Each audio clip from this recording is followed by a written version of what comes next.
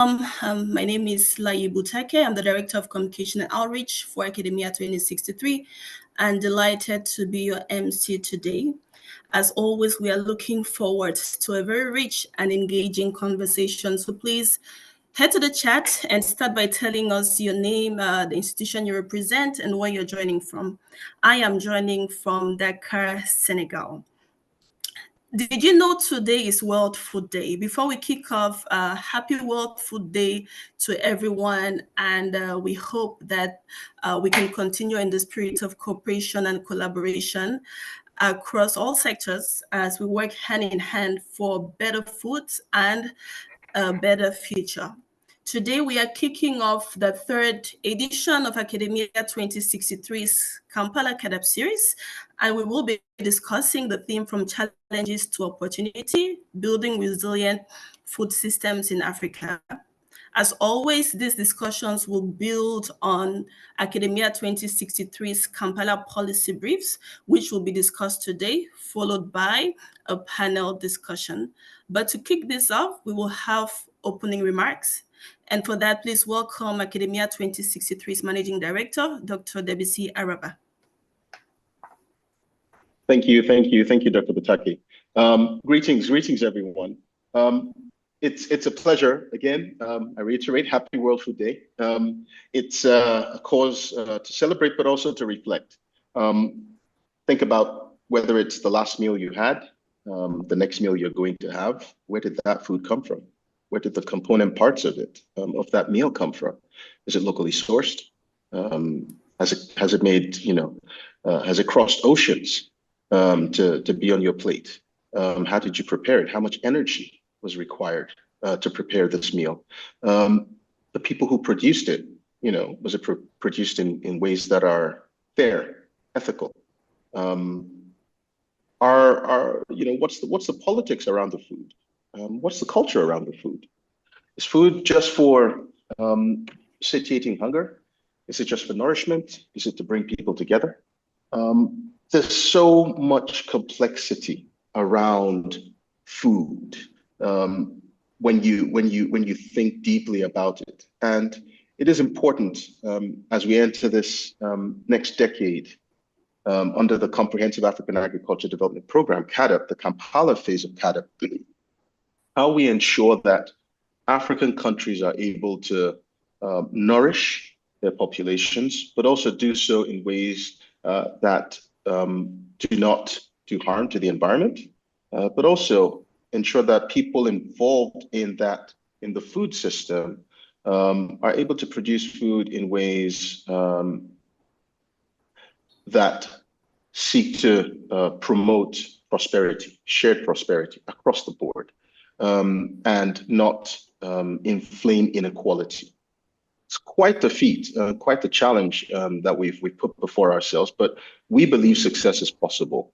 And so through these webinar series, we hope to share with you insights and nuances, even as we progress over the next decade with the Kampala phase of CADAP, where we're seeing innovations, where the challenges are, the potential partnerships that we need to foster and forge, and the collaboration that needs to happen to create this public sector enabled, private sector led transformation of food and agriculture across the continent. And so with these few words, I would say welcome to the series. Thank you for joining. Thank you for lending your time. Thank you for lending your ear, but most importantly, I would say thank you for lending your mind, because we're hoping that you can absorb innovations, ideas, and maybe the call to action would be call for deeper thinking here around how we ensure that over the next decade we win. We do not want to look back. Say if I was to take your hand and we do a short time travel over the next decade, we don't want to look back 10 years from now, wondering what else we could have done, or when the opportunity was placed before us, we didn't seize it. And so now is the time to seize the opportunity. How do we ensure that science provides the information to improve decision-making for governments, for private entrepreneurs, and also for consumers? And so thank you very much, and hope you enjoyed today's convening. Over to you, Dr. Bataka. Thank you so much, Dr. Araba, for those strong remarks. And we will now move on to our input presentations. Recall I told you that our conversations today will be centered on 3 Kampala policy briefs authored by Academia 2063 scientists. Unfortunately, our first presenter, our colleague, Dr. Getao Tadessa, is unable to join us for health reasons, but not to worry, we're going to have plenty of time to talk about the issues in the brief. Please welcome our first presenter, Senior Associate Scientist at Academia 2063, Ms. Julie Collins. Over to you, Julie. Thank you, Lai, and greetings, everybody. I'm very happy to be here today to present one of the Kampala policy briefs that was co-authored together with my colleagues, Dr. Mohamedou Tankari and Mustafa Pen. And we are going to be talking about how to increase preparedness and responsiveness to food crises. So very briefly, I think we all know, everybody here is aware of everything that has happened in the past 5 years, the fact that there have been many shocks recently that have had severe impacts in African countries on livelihoods, on food security, and also on the progress that Africa has been making toward its development goals. Progress toward the Malabo Declaration commitments was definitely impacted by the COVID-19 pandemic, also by other shocks like the Ukraine-Russia war and the market and trade shocks that it produced, by climatic shocks like the El Nino event of 2023 and 2024, also other shocks related to conflict, to pests, other agricultural shocks.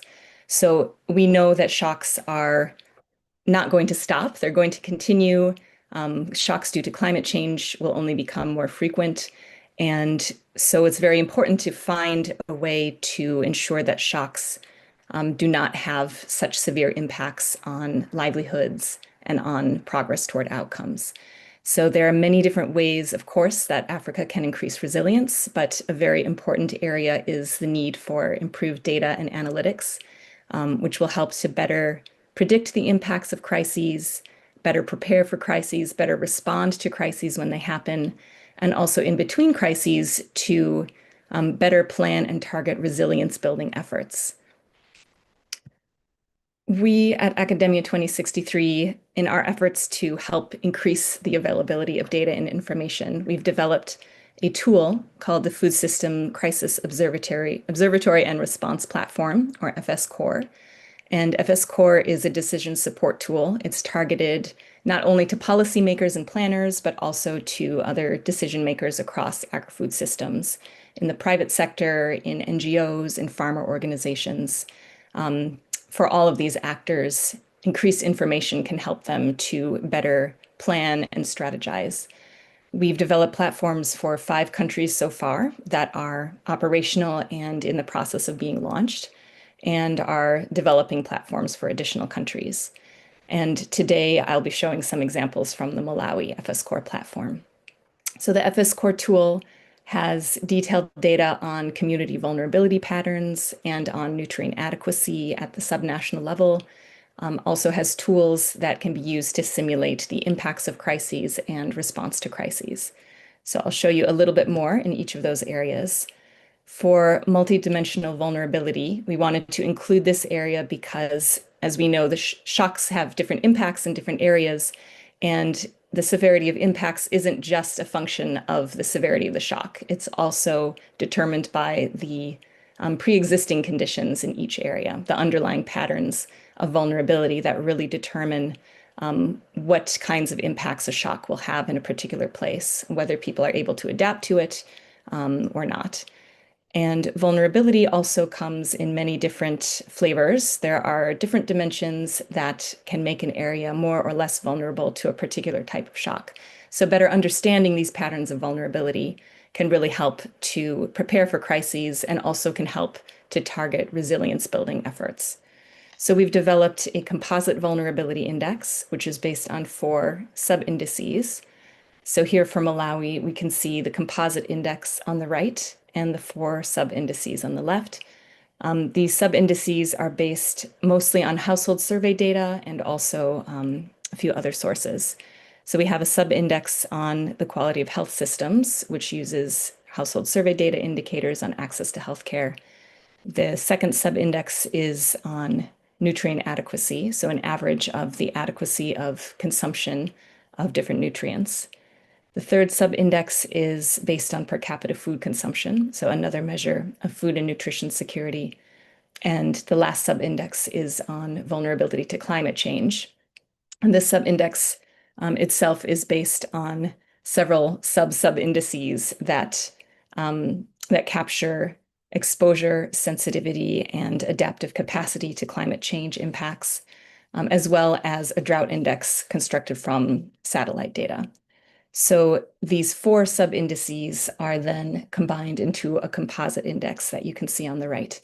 And vulnerability, we should point out, is a relative concept. We do not attempt to say this area is vulnerable, this area is not vulnerable. We know that vulnerability, each area is vulnerable in different ways. And instead, we've defined vulnerability as a relative concept. So each area, each district of Malawi is classified as more, much more, less, or much less vulnerable compared to the national average. And this can permit decision makers to prioritize. So we can see that vulnerability really can differ depending on what dimension you're looking at. If you look at the maps and the district of Chitipa, which is the northernmost district in Malawi, Chitipa is much more vulnerable than the national average in terms of per capita food consumption, but it's much less vulnerable than the national average in terms of vulnerability to climate change. So it's important when considering vulnerability to consider what types of shocks are of most concern. Policymakers can use either the composite index or look at a sub-index to better understand what the sources are of vulnerability in a particular area, and depending on what type of intervention they're designing, where these should be targeted. We also look at nutrient adequacy in the FS Core platform. And this is motivated by the fact that hidden hunger is a major challenge in many African countries. Hidden hunger meaning micronutrient deficiencies, but data on this is very much lacking, and patterns differ greatly across areas of a country, but also across different nutrients. And to really understand the issue, it's important to have better data. Nutrient adequacy is also, of course, a component of vulnerability. Higher nutrient adequacy gaps mean that an area is more vulnerable to negative food and nutrition security impacts of crises. So we use household survey data to compare the nutrient intake with nutrient requirements and estimate the average adequacy levels of nutrient intake at the household level for energy or calories, for protein, and for 11 different micronutrients. And we also look at the responsiveness of nutrient adequacy to changes in incomes or in food prices. So here is an example of 4 nutrients for Malawi: calories or energy, protein, riboflavin, and vitamin B12. And the dark green districts have very high adequacy levels, approaching 100%. Districts that are yellow or orange or even red have much lower adequacy levels. So we can see that for some nutrients, adequacy is quite good across the entire country. For others, it is either varied or low in most districts of Malawi. For example, vitamin B12 not only has a great deal of variation, but also some very low adequacy levels on average. So this is important information, of course, for policymakers to understand what are the nutrients that are most of concern and where in the country are they of the highest concern. We also have a tool that allows to simulate what could be the expected impacts on nutrient adequacy following a change in household incomes or in food prices. So on the left, we have for the district of Dedza in Malawi, a simulation of a 50% increase in the prices of cereal products. On the right, we have a simulation of a 20% decrease in income. And in both graphs, the blue bars are the baseline levels of nutrient adequacy, and the green or red bars show what we would expect adequacy to be after this food price shock or after this income shock. So we can see that impacts really vary according to the nutrient that we're looking at, including according to the type of shock. They also vary by district in the country. We can compare DEDSA with other districts too. And in the graph on the left, we see that for changes in cereal prices, we would expect some nutrients to not be affected very much. We would expect other nutrients to show more impacts on adequacy. For example, calories shows a noticeable drop in adequacy following this type of food price change. On the right, we see that for a decrease in income, we expect to see, again, impacts for each nutrient, but more severe impacts for some nutrients than others. So this can really help to understand where exactly are the most severe gaps that we would expect after a crisis. And this tool can also be used to simulate the expected impacts of a response to the crisis. So if a policymaker wants to institute a food price subsidy, that will have the effect of lowering food prices. Or if a policymaker wants to institute a cash transfer, which will have the effect of increasing incomes, how much change would be necessary to see a noticeable impact? Which nutrients would you see the impact on? These are the types of things that we can simulate using FS Core. And I very quickly wanted to show an example of an extension of the FS Core analysis and approach to a particular shock. We looked at the changes in maize prices in Malawi that happened during and after the El Nino period in 2023 to 2024, which had a severe impact on maize production in many southern African countries. And based on the changes in maize prices that were seen after El Nino, we then used the simulation tool of FS Core to assess what would be the expected impacts on the adequacy of calorie intake and vitamin B6 intake. So the map for calories is on the left, the map for vitamin B6 on the right. And districts that are green would show an increase in adequacy. Districts in red are expected to show a decrease in adequacy in orange or red. One thing that we learned from the analysis was that maize prices did not increase across the board in Malawi. There were districts that had maize price decreases. And in those districts, we would expect to see increases in the adequacy of nutrients.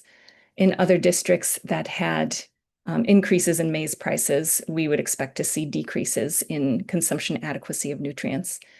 And the small circles in each district show the change in maize prices that we would expect to see.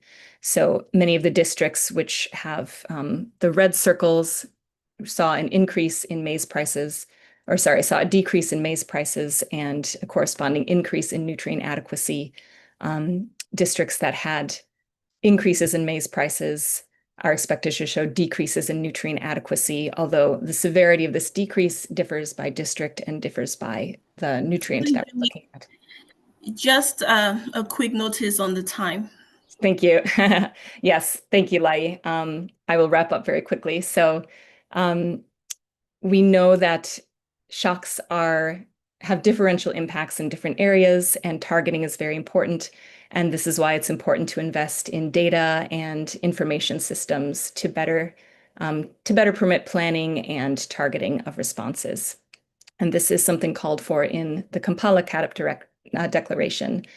Commitment 5 to building resilience includes several different areas of action, and one of these is stronger early warning systems. So I just want to invite people to look at the brief, and you can also attend the launch of the FS Core platform for Malawi. For anyone interested, I will put the link in the chat. That is happening 1 week from today. So thank you. Thank you so much, Julie, for that presentation. And moving on to our next speaker, speaking of resilience, the questions of resilience and sustainability, one key pathway that has been identified by scientists and experts is opportunities for a bioeconomy. And to tell us more about that, I will invite our next speaker, Dr. Julius Echuru, He is the principal scientist and manager at BioInnovate Africa, ECP.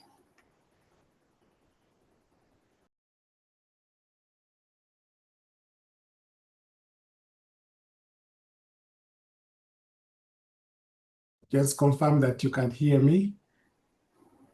5 on 5. Okay, thank you.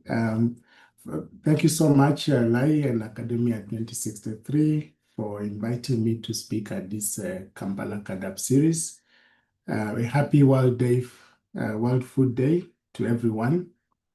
And I do hope that as we speak about the new concept of bioeconomy, as we celebrate this World Food Day, we can also think about how to produce and consume our food in a sustainable way.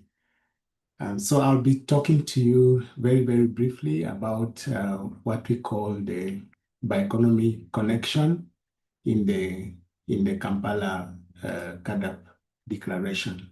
And I would like to thank my co-authors of this policy brief, that is Dr. Catherine Russell and Fortunate Muyambi. So by way of background, CADAP is the Comprehensive Africa Agriculture Development Program. And since its adoption by the African Union in 2003, it has and continues to be Africa's primary policy framework for agricultural transformation, wealth creation, food security, economic growth, and most of all, prosperity of the people of Africa. So you can see that from 2003, we had the Maputo Declaration. That was the first CADAP. And then in 2014, we had the Malabo Declaration until 2025. And now in January of 2025, we had the Kampala Declaration. And this Kampala Declaration has the theme, building resilient and sustainable agri-food systems in Africa. And this is part of the CADAP strategy and action plan 2026 to 2035. And is also part of the implementation framework for the Agenda 2063 of the African Union. So what is the bioeconomy connection? If we look at the CADAP strategy and action plan 2026-2035, it says that transforming agri-food systems will lead to food security, improved nutrition, economic resilience, and livelihood improvements. And there's no doubt about that, given that agriculture up to now contributes between 25 and 30% of GDPs of most sub-Saharan African countries. Now, we think that considering bioeconomy principles that carefully address trade-offs will help to better achieve these outcomes.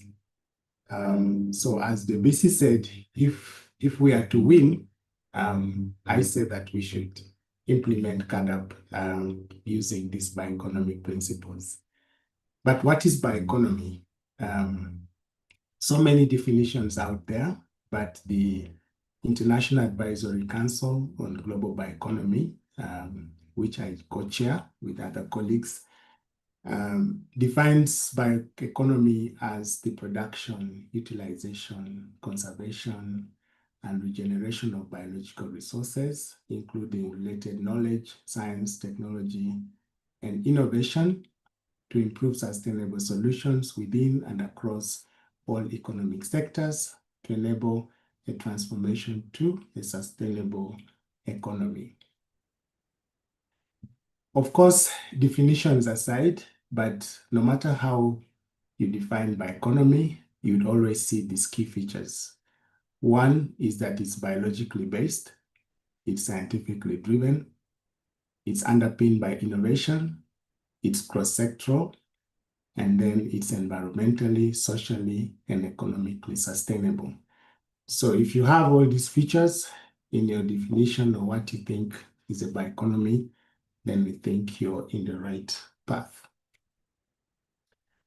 Now, although the CAADP Kampala Declaration does not explicitly mention bioeconomy, we believe that it aligns with and can be considered in the implementation of the commitments of the declaration. And I will show you in a little while how we think this can be done.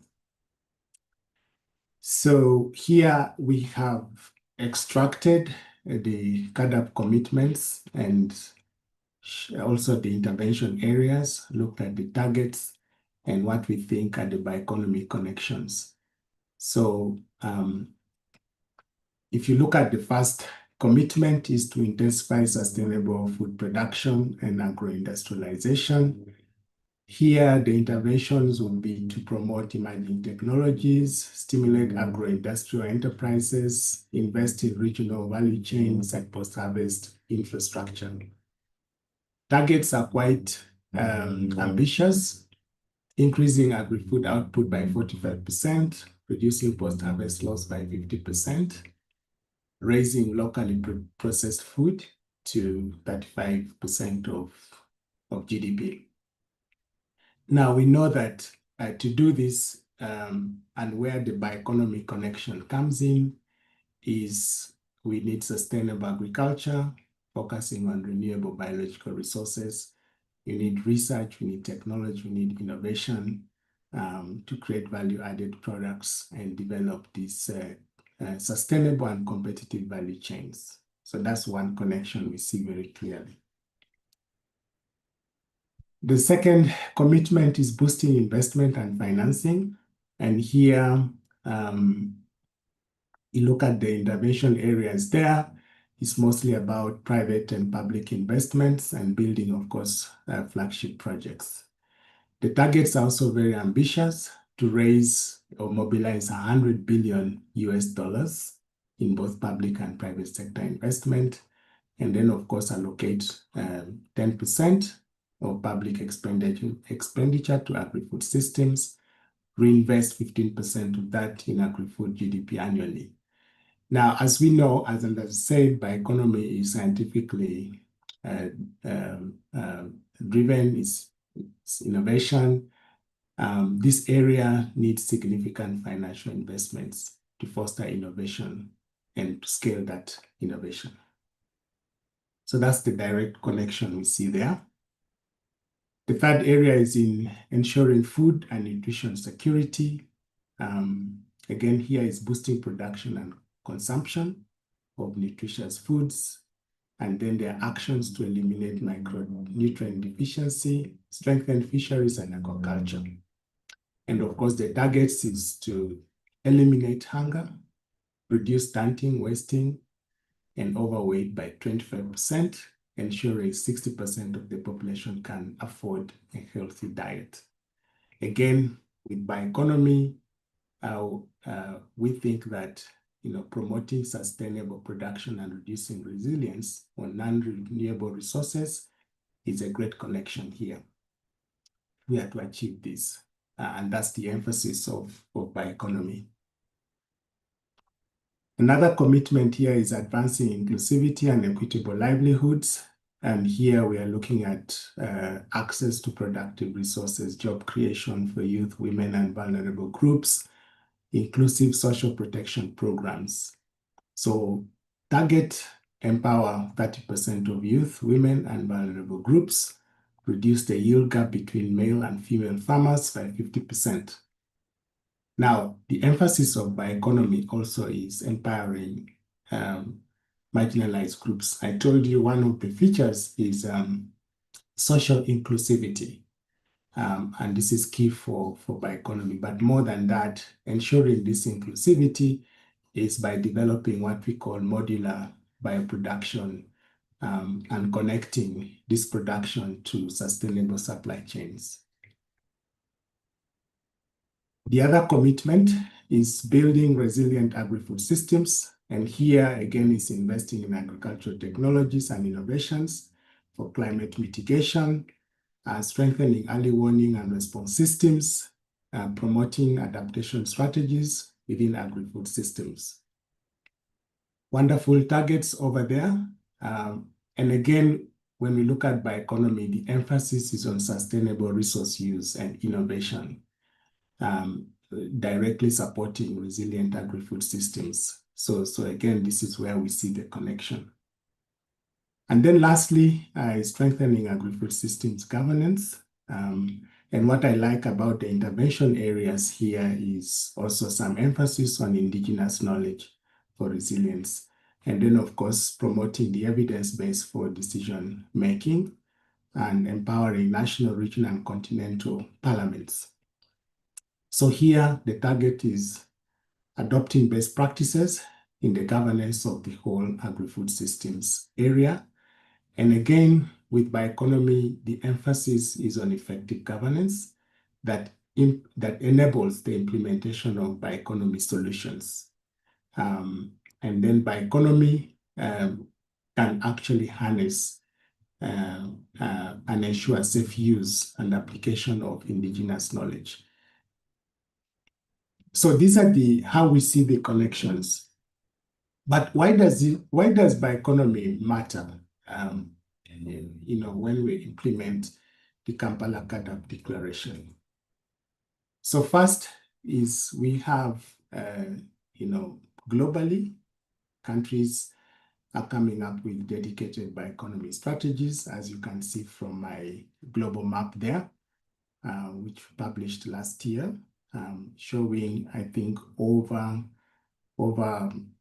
70 countries now having dedicated bioeconomy strategies. But at the regional level, we have, of course, the European Union, which was the first regional economic bloc to come up with a dedicated bioeconomy strategy. And the second after that is the East African Community, which published its regional bioeconomy strategy in 2022. But also very encouragingly is at the national level, countries adopting these strategies. We have South Africa, of course, which had its first strategy in 2013. And then just last year, we had Namibia and also Ethiopia. And now several countries, I know Uganda, Rwanda, Kenya, and others are working on their national bioeconomy strategies. So it does really matter. Julius, time alert. Okay, almost there.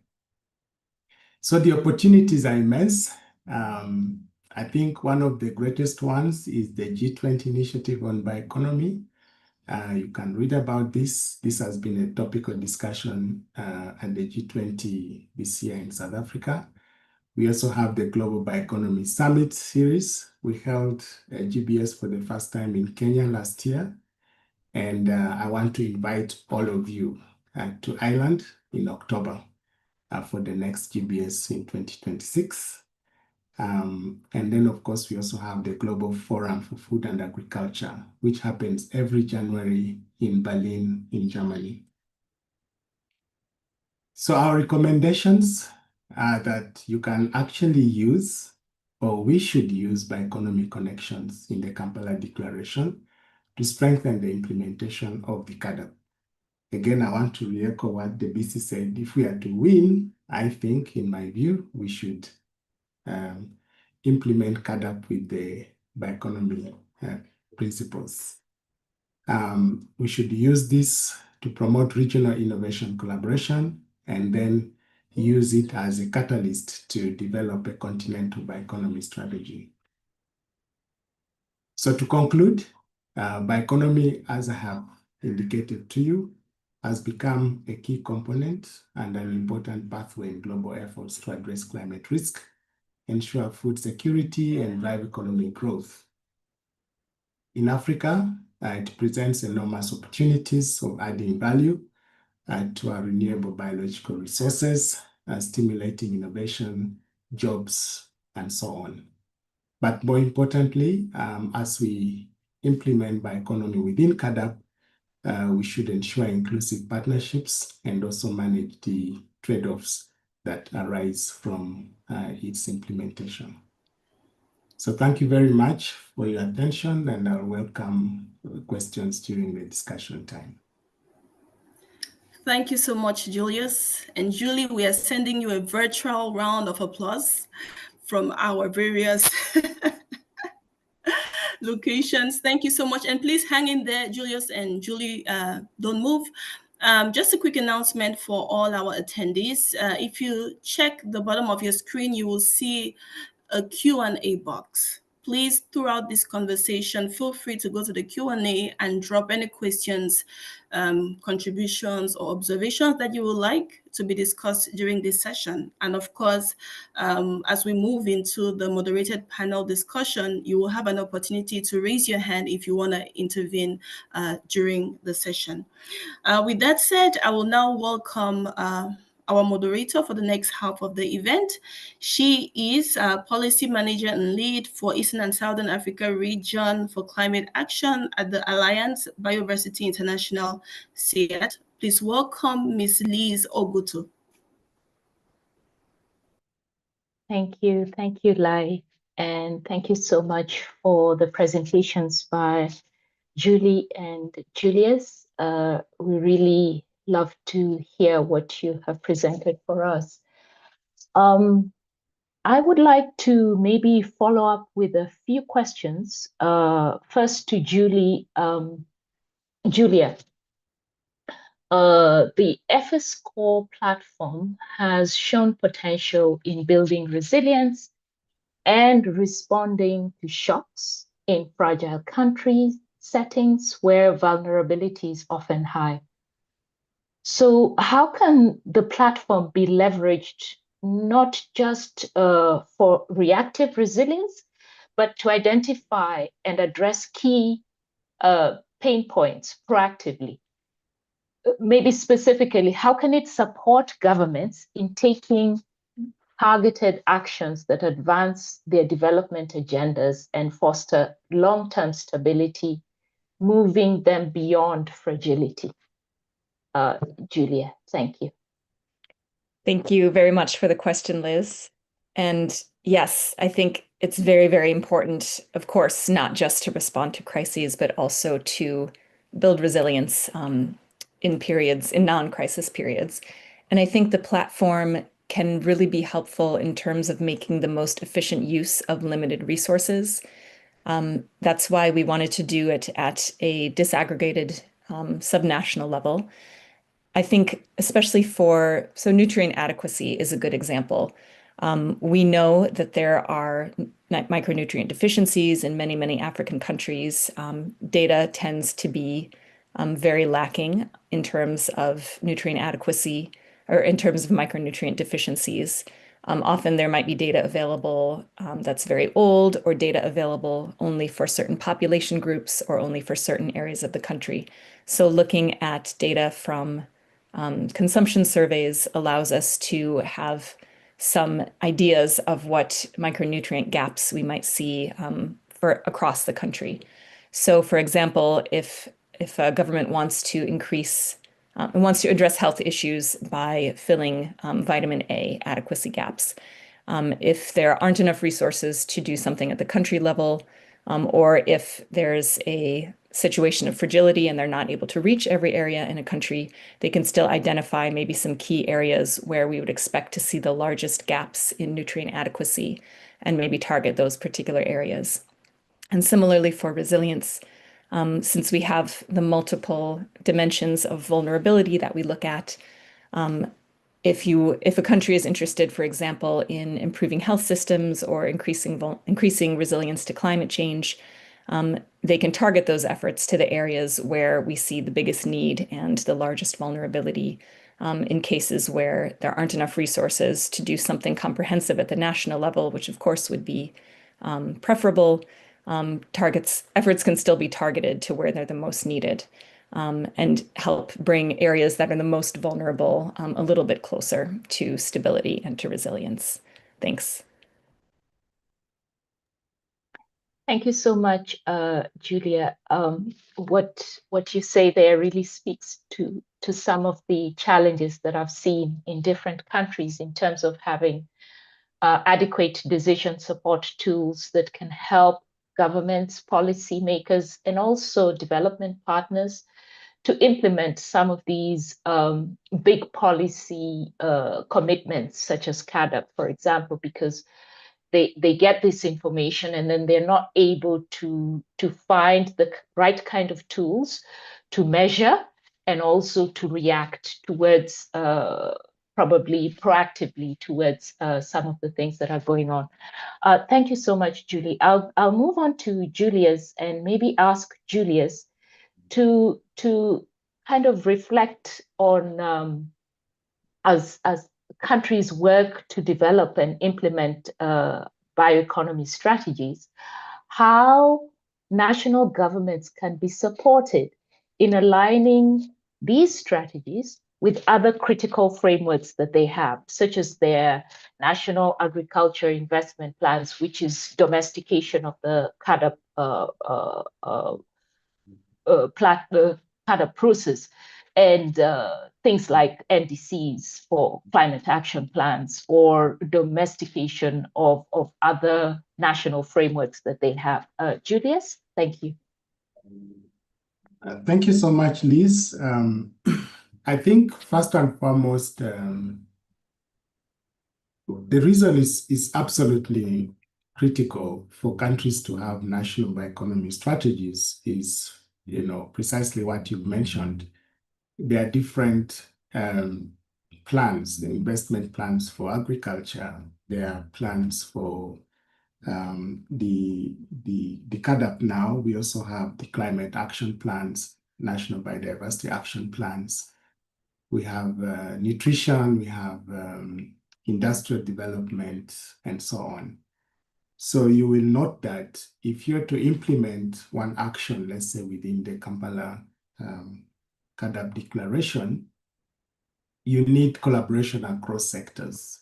You need people in health, you need people in industry, transportation, agriculture, environment, and so on. So that's really critical that, and I do applaud those countries that are taking steadfast initiatives to come up with holistic national dedicated bioeconomy strategies. So that's key. Now, as they do this, I think how they can be supported is we do have now a lot of experience in coming up with national strategies. I think countries developing theirs can benefit a lot by interacting with those countries that have developed bioeconomy strategies. Certainly here in East Africa, we have the East African Community through the East African Commission of Science and Technology. We also have Namibia, we have South Africa, we have Ethiopia, and now we are having Uganda and also Rwanda. So I think there's a lot of experience out there, and I would encourage collaboration with those countries, not only in Africa, but also in Europe, where we have so many of the countries there having dedicated bioeconomy strategies, and in Asia and also in Latin America. So I would encourage that. That's the first step. Number two is here at Bioinnovate Africa. Bioinnovate Africa is a regional science innovation initiative that links biological resources, research innovation to business and enterprise. We have a lot of also experience and expertise together with our partners like Academia 2063, and we do have opportunities actually to support these countries with expertise and also helping them to link with expertise not only in the region but also in our networks internationally. So I believe those two strategies we could all do to support these countries that are coming up with their strategies or that are making effort to implement their national bioeconomy strategies. But most of all, as I close, I think the best opportunity so far, and which is coming up, I did mention, we have the global Global Forum for Food and Agriculture coming up in Berlin, Germany. And then next year, we do have the Global Bioeconomy Summit. So here you get a lot of inspiration from so many countries around the world, and you can share experiences on how these countries can also improve strategy development at a national or regional level. So I would encourage also participation in those global fora. Thank you, Liz. Thank you so much, Julius. And I really appreciate your taking the time to respond to how countries can learn from each other, the Global South peer-to-peer learning, and of course, Global South and Global North learning can also help us. As we move to the next session, which where we'll be talking with 5 colleagues and policy makers, decision makers, I would like to inform participants that you can continue to put your questions in the Q&A section, and we will try and respond to those questions online, or my colleagues can also respond to the questions by responding to them by writing on the platform, so that you can get answers to your questions. But we will try and address all the questions that you present to the speakers. So for the next session, we will listen to 5 policy and decision makers who will have to consider the commitments of the Kampala CAADP as they implement their research and development programs. We have Dr. Alexandra Rutikanga, Chief Technical Advisor and National Convener for the Food Systems Agenda Rwanda. We have Mr. Friedrich Zurheide, who is a Policy Advisor with GIZ. We have Dr. Catherine Kilelu, Director of Communication, Outreach and Partnerships and Senior Research Fellow, ACTS. We have Dr. Natasha Hayward, Global Lead, Food and Nutrition Security, GAFSIT, and Dr. Debisi Araba, Managing Director, Academia 2063, will rejoin us for this session.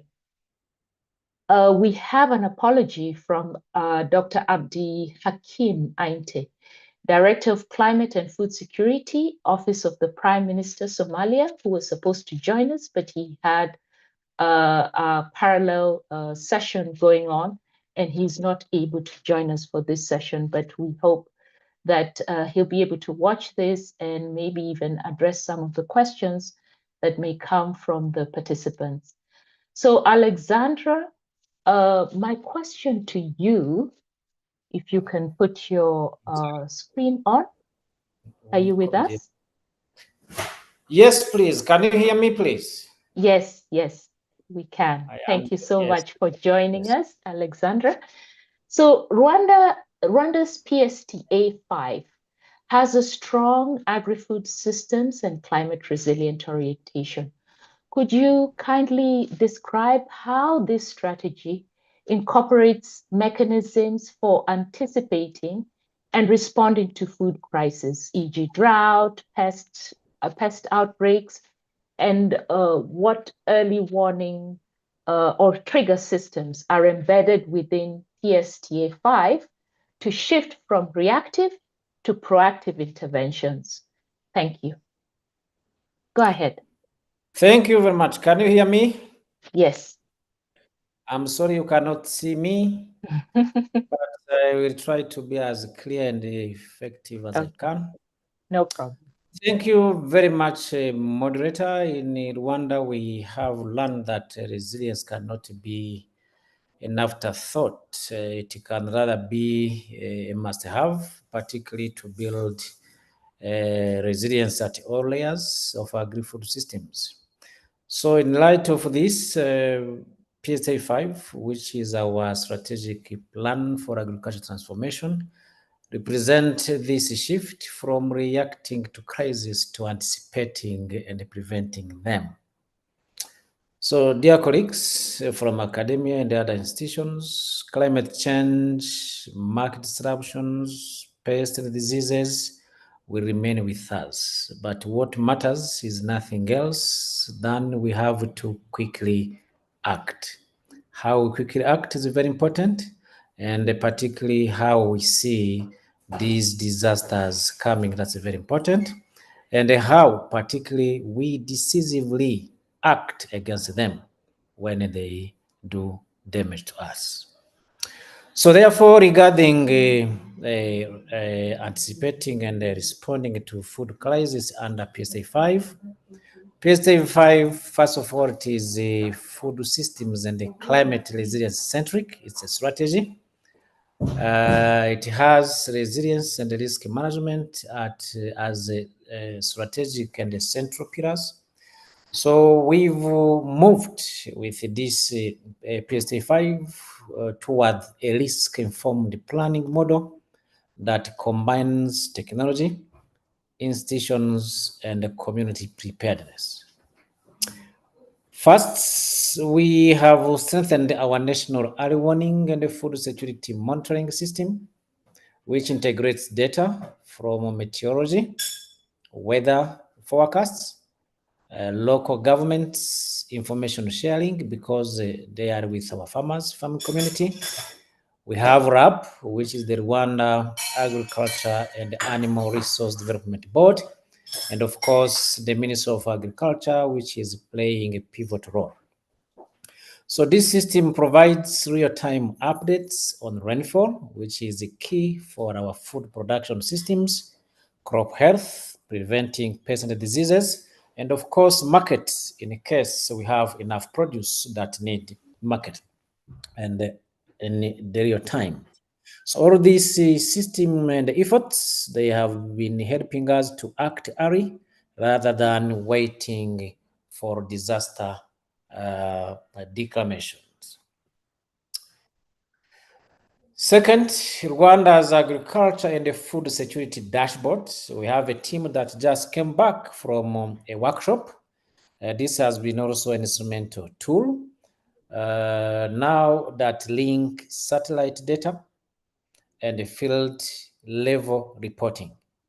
I take this opportunity to thank Academia 63 for the tool based on machine learning model to track the performance of key crops. With Academia, we've tried this machine learning model on maize, beans, Irish potato, and other crops so that we can trigger any required interventions to prevent any sources of loss caused by diseases or inappropriate management of our crops, particularly fertilizer application and other practices that can help us to achieve productivity, which means yield per hectare. So such system then has enabled us timely interventions. For instance, in 2025A, we have two seasons in Rwanda, cropping season in Rwanda, season A and the season B. These two and such monitoring mechanisms helped us to predict and timely intervene regarding the dry spells that we experienced in the 2025 season A. This means from September to December. So the system therefore triggered early irrigation, particularly small-scale irrigation technologies given to small-scale farmers, and input support to farmers in the Eastern Province, where sweet potato vines and the cassava cuttings that we know that are resistant to climate change were distributed to farmers so that we can prevent famines among poor households and others because of these climate disasters. So another third case, we've established a contingency and adaptive financing tools. This is the agriculture insurance, which I think it is unique for the East and the Central Africa. I reserve myself to say across Africa, we have really a very well-working agriculture insurance schemes. So this is a scheme climate resilience mechanisms, whereby the government is putting 40% as subsidies to expedite penetration or farmer adoption. So farmers can therefore, with this scheme, recover faster from any shocks like droughts or pest infestations. In the same line, at the community level, PSA 5, the way it is designed, it allows climate services for agriculture and the field farmers school to reach around 1 million farmers with localized forecasts and adaptation advice. So this has therefore improved yields, especially for smallholder farmers in vulnerable areas. So as a take-home message, or to sum up, PSA 5 as an approach to help us transform the agriculture sector, it has been helping us to institutionalize anticipation through ensuring data that can trigger policy action. So this is very important because we act before crisis, not after. Dear moderator, I will submit and we shall keep interacting. Thank you very much. Thank you so much, Alexandra. And it's so nice to hear how you are thinking about ways in being proactive rather than being reactive. And I feel like some of those examples that you've given us is really a model for implementing the commitments that we agreed to at the CADAP, the Kampala CADAP Compact last year in 2024. I go over now to Friedrich of GIZ. Friedrich, maybe if you can turn your camera on. Thank you very much. Friedrich, I'd like to know, based on the fact that you are running BioInnovation Africa, which emphasizes the importance of integrating biodiversity with business models. So how is your work on the bioeconomy that Julius was talking about earlier, helping rural areas to unlock local value chains in a way that fosters job creation and sustainable resource use, while also ensuring that these innovations do not compromise environmental resilience? So how is that balance taking place, and how do you see that? Can you provide some information and also discuss some of the areas that you're working in? Thank you. Thank you very much, and thank you for having me. Bonjour à tout le monde. I will speak English. And also thank you also, to Julius for setting the ground of the link between bioeconomy and the CADAP framework and the Kampala Declaration more specifically. So maybe to start with, I worked for 6 years in a project or global project called BioInnovation Africa, not to confuse it with the BioInnovate Africa that Julius has just mentioned. And it's funded by BMZ and managed by GIZ since 2019. I have just recently changed to Turkey, but nonetheless, I still do remember very well that at the center of the project is the idea that African-European business partnerships in the field of a biodiversity-based economy can contribute to conservation, employment, private sector development, and benefit sharing. But maybe some conceptual considerations about the context of biotrade in which we operate. So on the one hand, there are biological resources and smallholders or IP and LCs in rural Africa that are dependent on biodiversity, but at the same time are also stewards of biodiversity, often also holders of traditional knowledge, for example, on how to make food or medicine from baobab, a tree that many of you, I guess, know. On the other hand, there are international markets that are showing an increasing demand from international companies seeking sustainably sourced ingredients, for example, health, flavor, fragrance, food, special food, healthcare, pharmaceutics industry.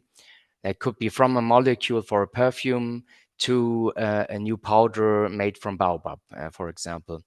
But unlike most agricultural commodities, like coffee, cotton, wheat, the process from the raw material to the final product on the international market are very much more complex supply chains, from collection or cultivation, processing, testing, manufacturing, shipping, packing, merchandising, and all the above. What we call biotrade or biodiversity-based economy is actually, in my point of view, conceptually a subset of a wider bioeconomy definition. But it's about an economy that's based on biological resources. The particularity is, on the one hand side, that it is about sourcing so-called embedded biodiversity and focusing on value addition, especially for specialized markets, often involved with high margin products. What we did in BioInnovation Africa was to support the private sector from Africa in conjunction with the European private sector. And that could range from small cooperatives, SMEs, to international corporations in improving existing value chains or setting up new value chains in 4 countries in Africa. So, for example, in Cameroon, we have supported research and development and supply chain set up for new ingredients for flavor fragrance sector, and facilitating benefit sharing agreements. And the R&D part of these new ingredients really play a key role in innovations like processing methodologies and new ingredients. So innovations is not always about high-tech biotechnology, but really what can be done upstream in the value chain locally. So that's why we hope to merit the title Bio Innovation Africa. But on the other hand, in Namibia, for example, and this is just one out of more than 20 examples, we have supported a woman-led cooperative that is producing high-quality marula oil in improving, for example, entrepreneurship, processing capabilities, new derivative products for new international clients. And as a result, employment was improved because skills were developed for future market requirements, and improving working conditions. So making the cooperative also fit for the future. And the business model behind these value chains directly depend on the ecosystem health. So it's not necessarily about do no harm, but making sure that the practices are biodiversity friendly in order to sustain the supply of the material. So there's a self-interest both from harvesters and cultivators on the one hand side, but also the companies that are sourcing it. So you can say it's following the motto of conservation through commerce or through valorization. But of course, we have to focus also on the safeguard part. So we work, for example, with UEBT, Union for Ethical Biotrade, in applying the UBT standard to make sure that sourcing practices meet social requirements and ecological requirements, but also from the compliance point of view, on the regulatory level, we helped compliance process of the Nagoya Protocol in, for example, facilitating benefit sharing agreements to make sure that the benefits generated from this business is finally also contributing to conservation and sustainable use. And maybe I leave it with that for your first question. Thank you. Thank you so much, Friedrich. And I like what you said there around conservation through commerce. I think that is a very good motto or way in which we can balance some of these systems to make sure that there's income coming in, as well as managing the environment. So I'll move on to Catherine. Catherine, please, if you could turn on your camera. My question to you is, what role do locally led innovations and knowledge systems play in strengthening long-term resilience? And how can they be better integrated into formal resilience strategies while also supporting inclusive resilience, particularly when we're looking at marginalized groups, youth and women, people with disabilities, people who have been displaced, all those kinds of groups, and maybe even indigenous communities, if you can address that. Thank you very much. Yeah, thanks, Liz, for that question. And I think building up on what Julius even mentioned and what Friedrich has just mentioned, increasingly, and maybe it's nothing new, we have always known that local communities have their own ways in which they have always found ways to adapt to changing circumstances. And underlying that capability has been some indigenous knowledge or local knowledge that they have tapped into to really understand how best they can cope with changing circumstances. And in many cases, we have seen that when this has been ignored, that interventions that are well-meaning but don't take into account the rich knowledge that is an experiential knowledge that is in communities. These interventions have tended to fail. So we have, long histories of interventions that have come from outside of communities that have probably just been able to survive as long as there was a project that was being implemented. But once the project ends, we have seen many examples of projects kind of collapsing once, say, funding is finished. So the idea that local communities have knowledge and they have the capabilities to also innovate around the challenges that they face is something that is recognized, but we have not really quite found ways in which to integrate in like you said, more formal resilience programs or government policy or interventions that are necessarily well-meaning, but yeah, they don't seem to be able to really be able to sustain themselves in those local communities. So I think more and more we're seeing the need for us to find ways to integrate the knowledge, so the knowledge systems into more formal systems. I was just at another meeting recently, and I liked a concept that somebody talked about, wisdom science, so local knowledge as wisdom science. So how do you integrate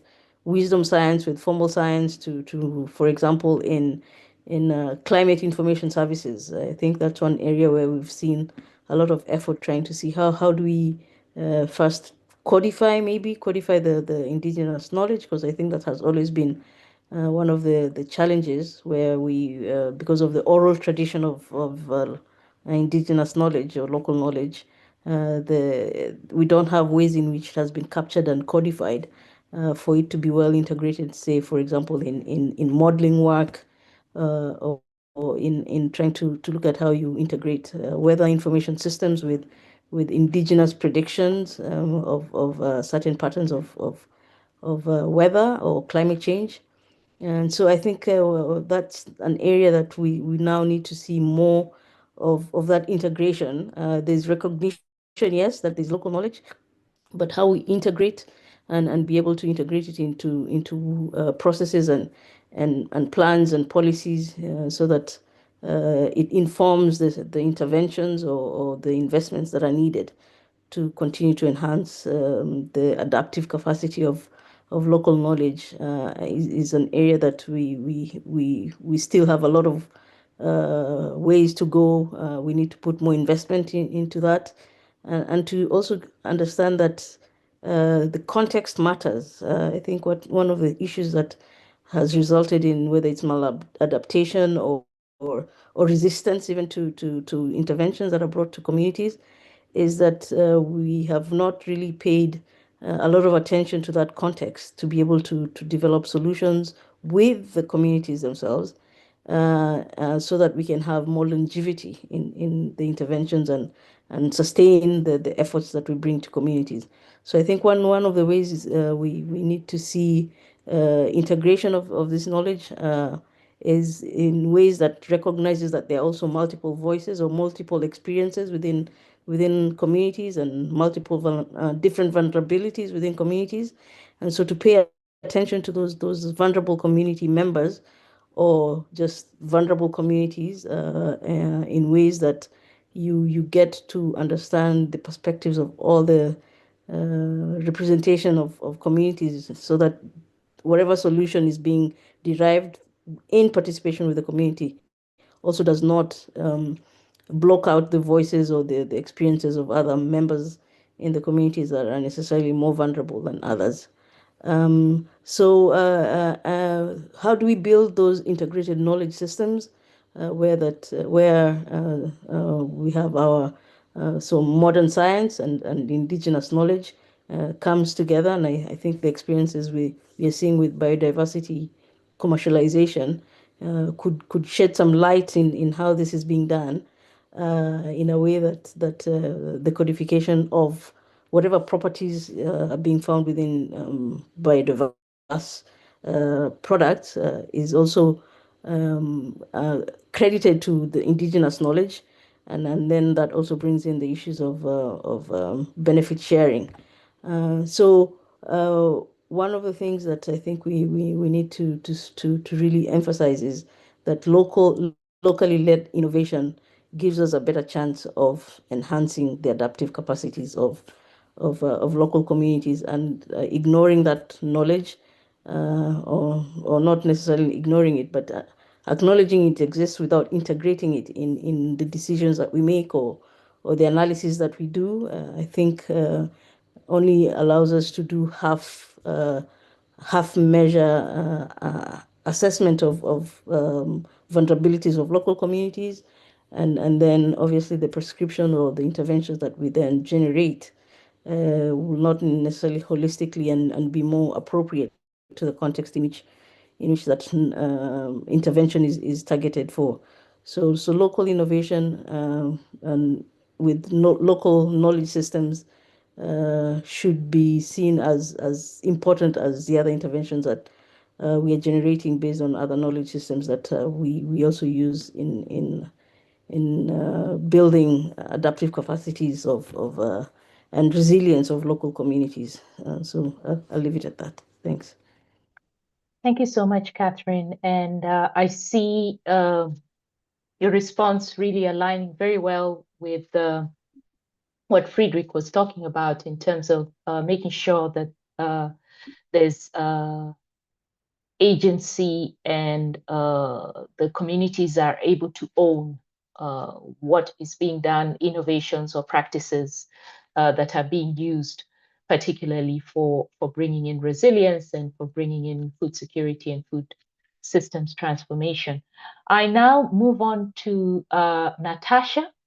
Natasha, what are promising financing mechanisms or instruments that you've seen successfully strengthening anticipatory action and social protection in fragile contexts? So maybe building on from what Catherine has talked about, seeing how we can have some really promising financing mechanisms or instruments to help people cope with fragile systems and context, and aligning that to the CAADP commitments. Thank you.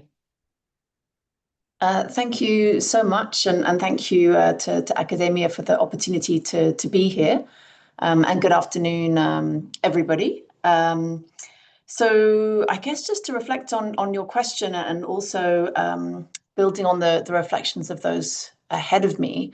I mean, clearly options and tools for early action, for early response in fragile contexts are super valuable, right? To try and limit the degree of impact of a shock, particularly on the most vulnerable communities. And I guess, one can consider this in different levels, right, from the communities themselves and the tools, the agency that they have to respond, but then also the operational and programming tools that governments may have, with or without other partners, and then indeed some of the global instruments.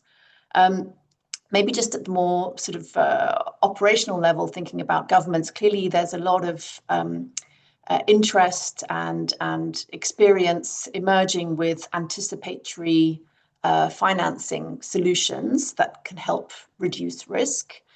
The idea being to try and get cash or other relevant tools into the hands of communities in a timely fashion to help them to protect and save their assets, right? Whether that's livestock or crops or in their own nutritional status. But there's a lot that I think goes into making these sorts of responses work, whether it's the data we've already heard about to enable kind of forecasting and targeting, the timeliness of the payouts arriving and so on. And so, more recently, I think one of the tools that's really getting a lot of interest is the possibility of insurance as an instrument to protect communities and farmers in particular. And there is clearly a lot of potential there, but as I mentioned, there's a lot that goes into it, and arguably as some of the frequency and severity of shocks are seen to increase, whether that's conflict risks or climate risks, there are some questions, right, as to the limits of those tools. And so I did want to reflect on something which is much simpler, but I've had the privilege to work in contexts in Asia and Africa where I've seen, and I think the evidence, the more academic evidence also underlines the value, and that's a tool like savings. Introducing the practice, even starting very, very small scale of kind of weekly savings to build up the resilience of a household. And then if we were able to bring in the institutional dimension to that, so it's not just saving as an individual, but saving as part of a group, whether that group is your farmers organization or other solidarity groups, that combination of institutional strength and solidarity and financial tools can be very critical for building that household resilience. That points me, I think, in the direction of adaptive social protection instruments, which are also supported by evidence as very valuable to building resilience. And also critically, I think many of you will be familiar with the tools of social protection, whether that's public works or cash transfers, other means for sort of productive inclusion. And these can be very regular and targeted to more vulnerable segments of the population, but the great value is that they can also be leveraged as a platform for an early response, right? They can be scaled up in coverage. The amounts that are delivered can be increased according to need, or, for example, the criteria can be relaxed in a situation of crisis. So these are all tools that are, I think, very familiar and evidence-based in terms of their protective capacity. But just to reflect on some of the earlier interventions, I mean, data, we started with a presentation on data, and clearly, I think someone in the chat has also noted, data and data systems are really a critical component of this sort of anticipatory action. To be able to track trends for early warning, to trigger action, and often there are capacity and data gaps. So how can we work with governments to see this as a priority for investment, to direct their public investment there, and also to be able to mobilize development partners to put their attention there as well. Maybe a couple of just two other reflections on mechanisms, maybe more at the global level. I actually I have two hats. One of my hats is that I manage the Global Agriculture and Food Security Program. The other hat I wear is as the global lead for food and nutrition security at the World Bank in the agriculture team. And my team there has been working recently on a newer tool called a food security crisis preparedness plan. This is where we're supporting national governments to work with all the partners locally, humanitarian actors, but also development actors, to try and better pre-plan and anticipate potential food security crises with articulation of clear institutional responsibilities, data needs, triggers, steps, and then pre-identifying potential responses and tools, so that if, in these hopefully infrequent, but we have to recognize realistic scenarios of risk, that the governments themselves know who needs to be doing what, when, and triggered by which catalyst. And development partners themselves have already thought through, okay, in this worst case scenario, what tools, what financing can we bring to bear? Which project can we leverage, scale up? How can we adjust our social protection investment or livelihoods program? So I think that's a really valuable exercise, right, nationally, with the governments in the lead, but with them pre-planning institutionally, data-wise, financing-wise, how to anticipate and coordinate.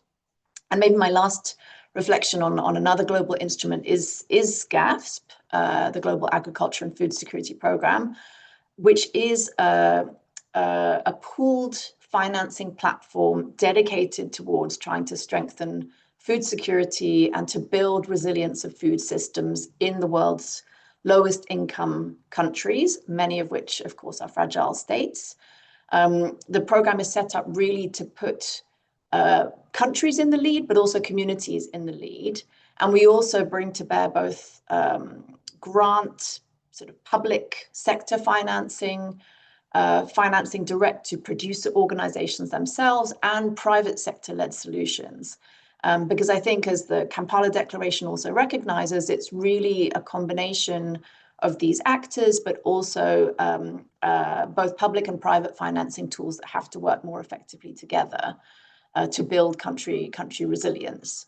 And I think there is a real necessity, I mean, even in this environment of scarce donor resources, but where we do have some of those scarce resources available, grant funding to governments like the grants which GAFSP offers are really critical to support more innovative responses, right? To help governments take steps to maybe do something which they haven't had the bandwidth to do before.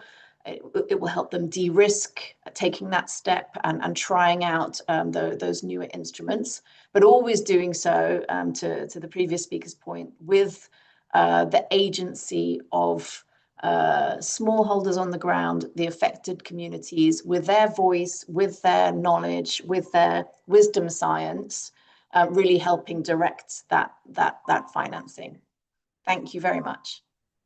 Thank you very much, Natasha. Now over to Debisi.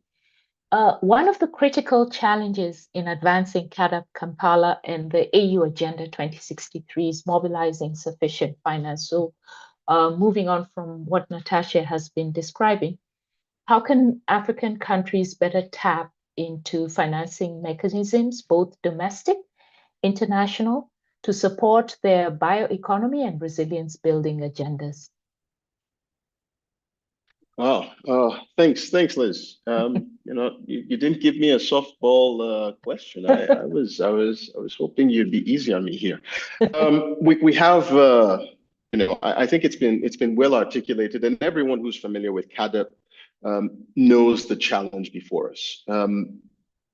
Over the next decade, this is not, we started with maybe the baby steps in over Maputo and Malabo of encouraging national governments to allocate a percentage of their budgets to the agriculture sector.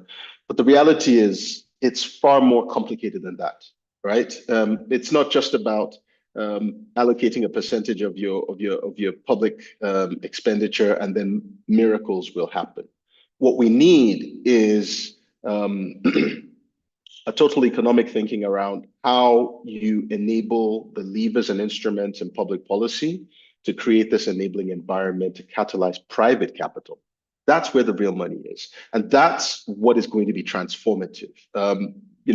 No African country is going to transform its agriculture sector exclusively off the strength of public financing or public investments. So how do governments design policies that can prioritize opportunities to grow? Again, it's almost as simple as asking how long is a ball of string?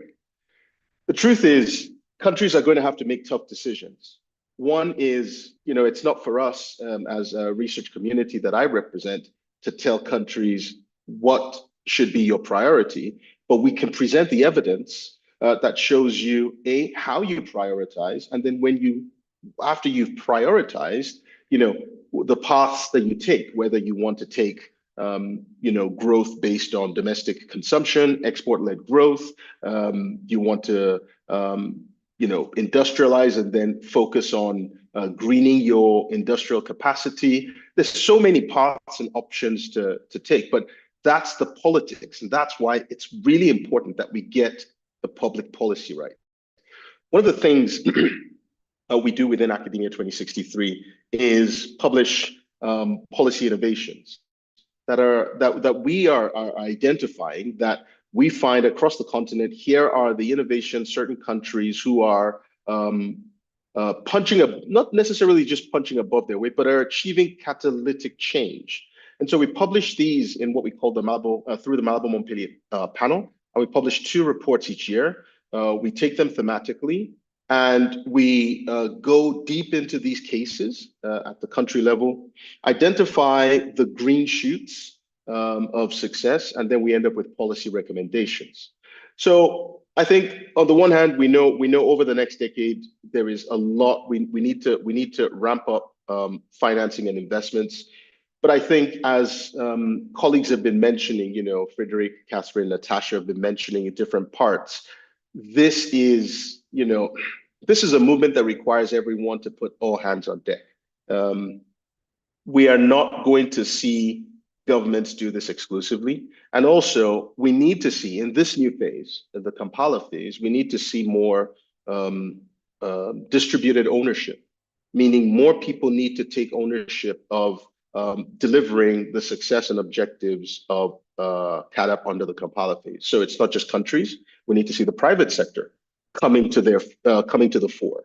So how can we, for example, map out and show where the opportunities are, either exclusively for governments to create this enabling environment for the private sector to show leadership, or for the private sector to improve decision-making and prioritization of investments. So different instruments are being developed. Most recently, of course, in Washington, D.C., the World Bank launched AgriConnect. And under this program, the bank is looking to focus on an often neglected group of people, smallholder farmers, who have challenges accessing affordable, accessible financing, long-term financing. And so figuring out the different instruments that we will be deploying, whether it's trade credit guarantees, technical assistance, lots of blended finance instruments. And we will continue, there's no single instrument called a blended finance instrument. So it's a blend, and you continue to iterate and experiment until you find what works in whatever context. So what can work for cocoa farmers in Cote d'Ivoire may not necessarily work for cocoa farmers in Ghana, but ultimately what might work for cocoa farmers or what might work for farmers in the cocoa value chain might not work for maize farmers or rice farmers, or people processing and exporting, say, sweet potato or yams, roots and tuber. So we're going to see new instruments, but I would say, the bit that gets me most excited in this new phase is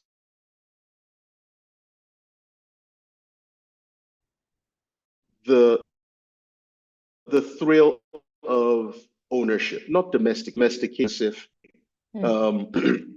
When you say you domesticate livestock, for example. You have something that's wild and then you're domesticating. So CAADP isn't wild. CAADP certainly is domesticated. We built it. This is our child that we've raised. So we own this, and I think more people need to own this. And we don't want to see the responsibility exclusively in the hands of people in the public sector. We want to see more private sector, civil society, research organizations owning parts and parcel of things that can help us achieve greater success in the end. Over to you, Liz. Thank you, Debisi. I can see how engaged and excited you are about this part of the CAADP process. So I didn't want to cut you short, but I'd like to beg for indulgence from the participants for just another 5 to 10 minutes so that we can close this.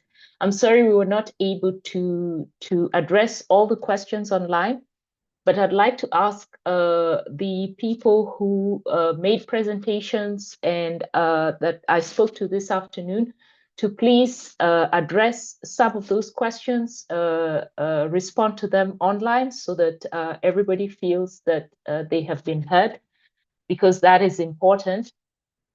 I'd just like to maybe close by maybe just giving a few takeaways that we had this morning, afternoon, or evening, depending on where you are. So we had from Julie about the Food System Crisis Observatory and Response Platform that will be launched in the 5 countries. This is a decision support tool that will be useful for countries to implement their CAADP commitments as regards to understanding patterns of vulnerability, such as nutrition adequacy and climate shocks, with great examples for how these can be simulated for response using the FS core. I feel very excited about this tool. We also heard from Julius that bioeconomy has become a key component and an important pathway in Africa's efforts to address climate risk, ensure food security, and drive economic growth. And in fact, he said that we should use bioeconomy as a win in implementing CAADP. We also heard that resilience cannot be an afterthought. Now, we had this from our Rwanda Alexandra, from our Rwanda conversant, who said that it cannot be an afterthought. And what they have in the PSTA 5 is looking at ways in which they're being proactive. Friedrich then talked about how Bioinnovation Africa managed the balance of biological resources stewardship and promoting trade in value chains. So biodiversity trade based on biological resources, but focusing on value addition, with an example from Namibia. We also heard from Catherine informing us that when we ignore local and indigenous community innovations, it can lead to interventions that fail, even when they are well-meaning. Therefore, it is important to consider these issues during the design and implementation process. This is very important for kind of the work that Friedrich is doing and for us as we implement CAADP in this phase. We had from our next speaker that Natasha, that savings is a good approach for building household resilience or adaptive social protective instruments. She talked about public works and cash transfers being regular and targeted, and amounts being graduated or regulated based on different crises. She also talked about the food security crisis preparedness plan. And I hope that this plan, as a decision support tool, can be merged or aligned to what academia and Julie talked about in the FSCO, so that we don't have different tools measuring the same things. I hope that governments will use these tools in order to implement CAADP.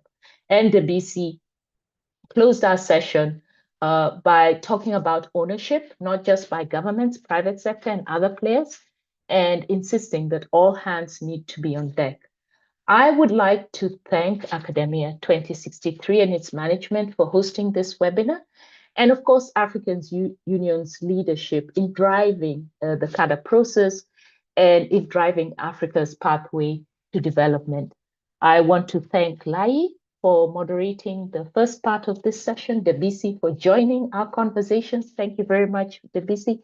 I would also like to thank Julius, Julie, for their keynote policy presentations, and thank the conversations we've had with Alexandra, Friedrich, Catherine, and Natasha, and most importantly, you, the participants, for being with us, for listening, and for providing your questions. And we hope to see you in the next CADUP series.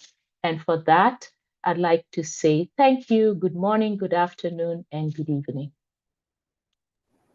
Bye. Thank you, Liz. Thank you, Thank Liz. you. Thank you, Liz.